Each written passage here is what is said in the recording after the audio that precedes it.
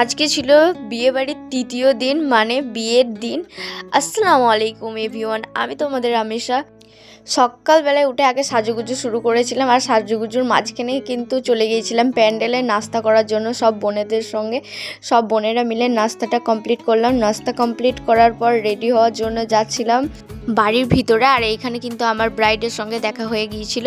এই যে কোণে সে সাজেনি, কিন্তু কোণের বোন কিন্তু সেজে নিয়েছে। আমার জন্য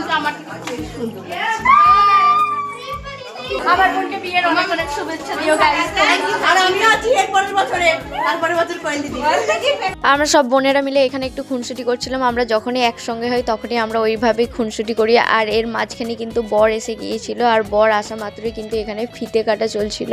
আমি আর বুনি যাইনি, মূলত ওই যে স্নো স্প্রেগুলোর কারণে কাপ নষ্ট হয়ে যাওয়ার ভয়ে। আর এখানে বরকে তার জায়গায় বসানো হয়েছিল। এরপর নেক্সট কিন্তু আমি শবনমের রিকোয়েস্টের শাড়িটা পরেছিলাম।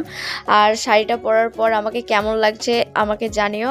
আর মিনি ব্লগে সব কিছু দেখানো সম্ভব নয় গাইস। এরপর বাকি ক্লিপসগুলো আমি তোমাদেরকে পরে দেখাবো। ততক্ষণের মতো টাটা।